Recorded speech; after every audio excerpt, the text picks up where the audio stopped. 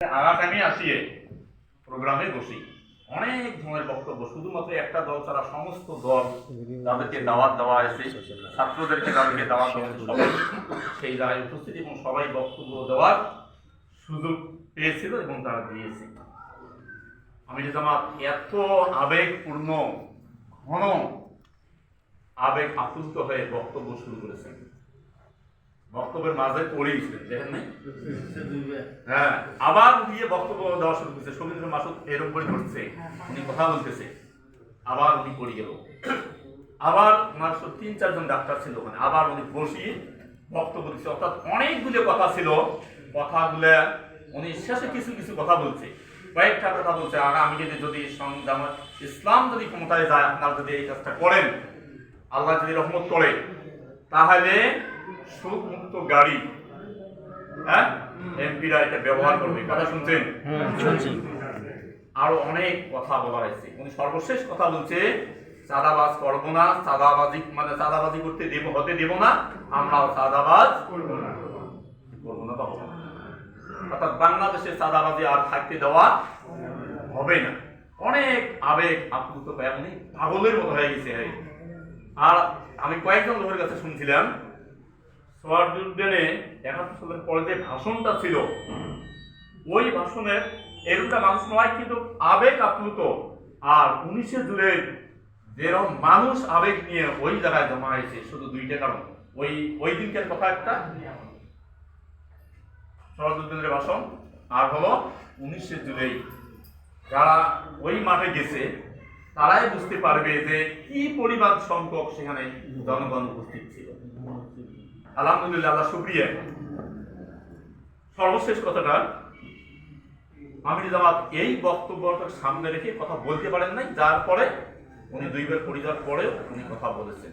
অর্থাৎ আমির জামাত পাগল হয়ে গেছে নির্বাচনের জন্য, যার জন্য সমস্ত জায়গায় উনি নির্বাচনী কথা বলছিলেন। ওই দিন 3 জন লোক মারা গেছে। একজন মারা গেছে বগুড়ার মধ্যে, উনি একজন উপজেলার আমির, একজন নড়াইল, আর একজন মনে হয় ঝিনিয়া ধরনা বরিশাল কোথায়।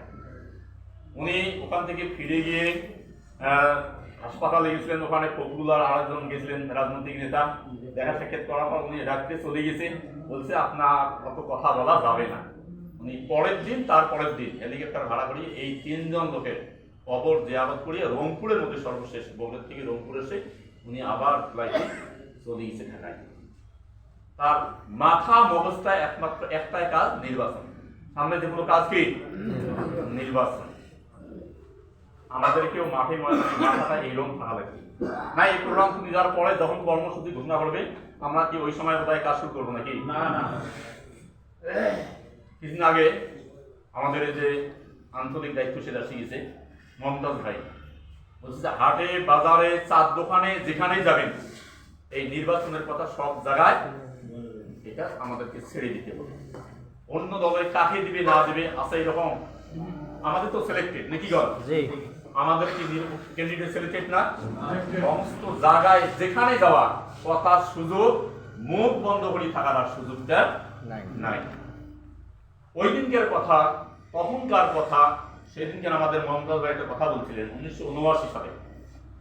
ওইরকম প্রথম জামাত ইসলামের সংসদীয় আসন ওইবার ঘোষণা করছে, 10টার নিচে 10, কমপক্ষে 10টা আসন যদি পায়, সেই দলকে সংসদীয় আসনের মধ্যে মর্যাদা দেওয়া হবে। নির্বাচনে দাঁড়াচ্ছে 26 জন। ঘটনাটা বললো, ওই সময় মানে সব নেতৃবৃন্দের আল্লাহ কমপক্ষে 10টা আসন দেশ, আল্লাহ কমপক্ষে 10টা আসন আমরা যেন পাই, এবং আল্লাহ রহমতে ওইবার 10টা আসন সংসদে নিয়ে জামাত ইসলামী প্রতিনিধিত্ব করেছে। এটা একটা বক্তব্য চলে এসছে। এর আগে সংসদে কোনো নামাজের বিরতি ছিল না। আমাদের এই নেতৃবৃন্দ এরাই বলছিলেন যে আযানের পর নামাজের বিরতি না হলে, নামাজের সময় না হলে, এই 10 জন এমপি চিল্লাইতে সংসদ আমরা অকার্যকর করব, কার্যকর হতে দেব না। সেইবার প্রথম এই নামাজের জন্য ছুটির দিন পাওয়া। এরপর শুনলেন 1996 সালে ওই যে রাষ্ট্রপতিকে 19 করে যাওয়া লাগে, মাথা নিচু করে যায়, এটা বিল আনছি কেন? আল্লামা দেলাওয়ার হোসেন সাইদি কোরআনের পাখি, যাই অনেক ইতিহাসে গেলে আছে। ওই 79 সালের কথা তৎক্ষণাতে কয়েকজন আমাদের কেন্দ্রীয় নেতা বলছিলেন যে আমিরে জামাত অর্থাৎ গোলাম আজমকে বলছি, এখানে আল্লাহ দোষী লাভবান নয়, 26টা দাঁড়াচ্ছে, আল্লাহ 26টাও করে দিতে পারতো। কিন্তু কি বলেন, আল্লাহ কি পারতো কি পারতো না? আর সবাই কিন্তু দোয়া আছে আল্লাহ কম পক্ষে তো 10টা হয়, আল্লাহ তো 10টাই দিচ্ছে, আল্লাহ তো দোষ নাই এখানে। হ্যাঁ তাকে কি কম হয়েছে নাকি? সেই কথাটা বুঝলেন আমিরে জামাত রাষ্ট্র পরিচালনার দায়িত্ব নিয়ে সব জায়গায় 300 আসনের প্রাপ্তি ঘোষণার কাছাকাছি সব জায়গায় দোয়া আল্লাহ আমাদের আমরাই যেন আগামী অর্থাৎ ইসলামের জন্য আগামীতে ক্ষমতায় দিতে পারে, এরকম কথা এবার বলে নাই। তাহলে আমাদের চিন্তার চেতনা চেষ্টাটা 26টা 10টার মতো ধরে থাকা লাগবে না 300টা নিয়ে চিন্তা করা লাগবে? হ্যাঁ 300টা। আমি জামাতের আহ্বানটা আপনাদের একটু পৌঁছাবে। আগামীকালকে 2 তারিখ ইউনাইটেড হাসপাতালে ওনার যে কি বাইপাস সার্জারি, ওনার যে ওপেন হার্ট সার্জারি যার গোলক দিগলাইছে, উনি তো বলছেন আপনারা শুনছেন উনি বাইরের দেশে যাবে না চিকিৎসার জন্য, তাহলে নিজের দেশের চিকিৎসার মর্যাদা কমিয়ে যায়। তাহলে উনি নিজের আগামীকালকে ওনার অস্ত্রোপচার করা হবে, অর্থাৎ ওনাকে ওই রিং করানোর যে কার্যক্রম সমস্ত শুরু হবে। ওনার দোয়া চেয়েছে, আমি কিছুদিন আগে দেখলাম দেশবাসীর কাছে সালাম দিয়েছে এবং দোয়া চেয়েছে। আমরা কি দোয়া করবো তো ইনশাআল্লাহ? হে আমানিল্লাহ নাকি বলেন? আমিরে জামাত বলেছেন এই নির্বাচনে দ্বিতীয় হলে 1 মাসের যার যে আয়, এই আয়টা আমাদেরকে ছেড়ে দিতে হবে নির্বাচনের জন্য। দেওয়া যাবে? রাজি আছেন? হ্যাঁ ইনশাআল্লাহ জোর দেখাই এখন ইনশাআল্লাহ জোরে বুঝলাম না, জোর আছে। হ্যাঁ ইনশাআল্লাহ জোরে বুঝলাম না। আমরা কিন্তু 1 মাসের বেতন ছাড়িয়ে দিচ্ছি কুড়িগ্রামে সেদিন। আমরা আমি সম্মানের নতুন যারা আছে শপথের কর্মী ছাড়াও এমনি সাধারণ যারা কর্মী তারাও বলছে যে 1 মাসের দিন আমরা ছাড়িয়ে দিয়ে দিলাম। কি দেওয়া যাবে? 1 মাসের আয় ছাড়িয়ে দেওয়া যাবে ইনশাআল্লাহ। হ্যাঁ তাও ইনশাআল্লাহ এখনো বুঝলাম না, মনে হয় আমরা চাচ্ছি না।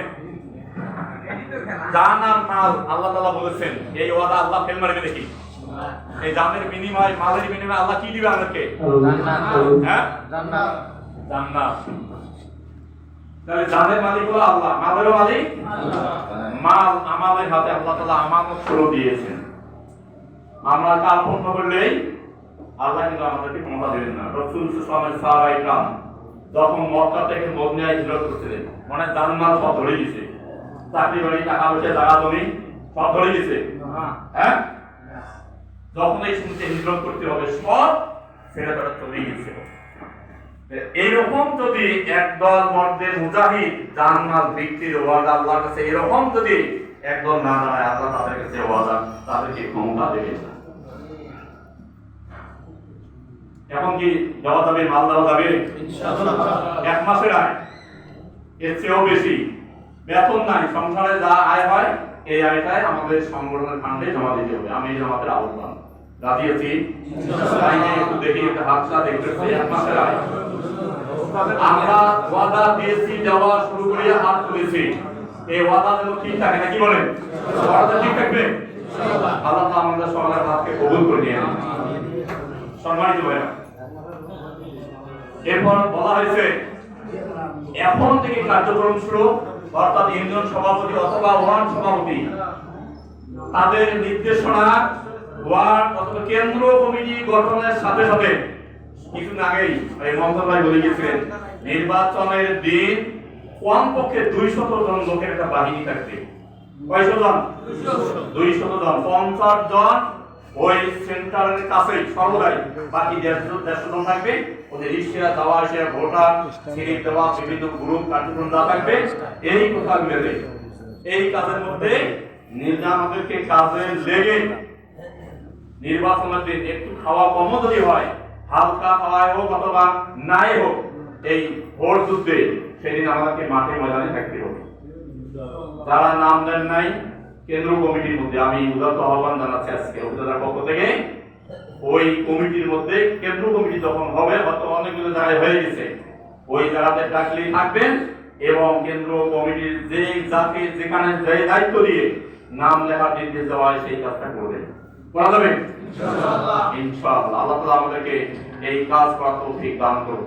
এই নির্বাচনে যদি যুদ্ধে কোনো ব্যক্তি মারা যায় আমরা নিঃসন্দেহে শহীদ মনে করব। কি মনে করেন? শহীদ মনে করবো কি না?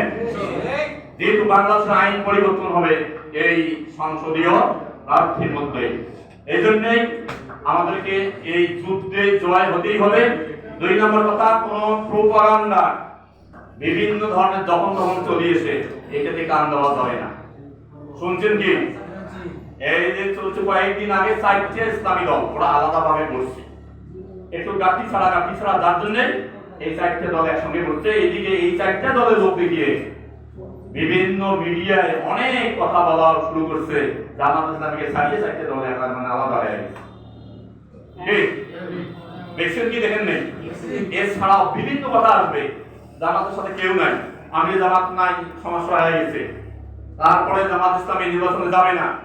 অর্থাৎ একটাই দাবি, পিয়ার পদ্ধতিতে বাংলাদেশে নির্বাচন হবে এবং এটাই জামাত ইসলামীর মানে যে দলগুলিকে সাথে নিয়ে ঐক্যবদ্ধ হওয়ার যে প্রচেষ্টা চলছে, শুধুমাত্র বিএনপির সাথে 1-2 দল ছাড়া সবাই এই পিয়ার পদ্ধতির মধ্যে নির্বাচনটা হোক, এক বাক্যেই তারা প্রধান উপদেষ্টার কাছে এই দাবি তুলি। দাবি আমার মনে আদায় হচ্ছে, একটা দাবি আদায় হয়ে গেছে, এটা শুনছেন কিনা, দেখছেন কিনা?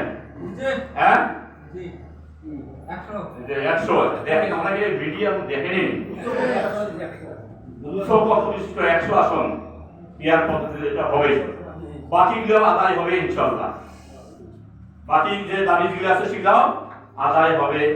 এই প্রচেষ্টা জামাত ইসলামে যে চলছে সমস্ত দলগুলো সহ আমরা দোয়া করি কেন্দ্রীয় নেতৃত্বদের আল্লাহ সুস্থতা দান করুক, আরো সুন্দর, আরো তাদের সূক্ষ্ম বুদ্ধি তাদের মাথায় আল্লাহ তাআলা যেন দেয়। দেশ জাতির কাছে দোয়া নিয়ে তাদের আমরা এরকম তাদের প্রচেষ্টায়, তাদের ভোটের দয়ায় আগামীতে যেন কোরআনের বাংলাদেশ এদেশে তৈরি হয়। কি বলেন?